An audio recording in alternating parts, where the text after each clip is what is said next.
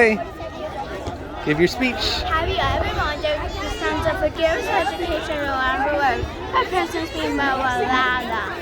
My name is Malala, and I was born on July 12, 1997 in Minnesota, Pakistan. I lived with my parents, Sophie Tanzatan, and my two brothers, Toronto.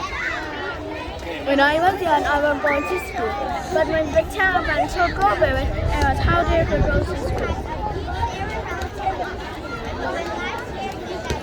On October 2012, I was attacked by the Taliban.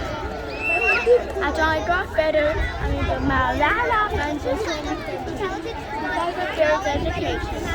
And in December of 2014, I became a young I started taking classes at the University of Oxford in 2018 and graduated in 2020. Good job. Good job, dude. Thank you, Malala, for all of your contributions to our world. Good You're job. very awesome, Malala.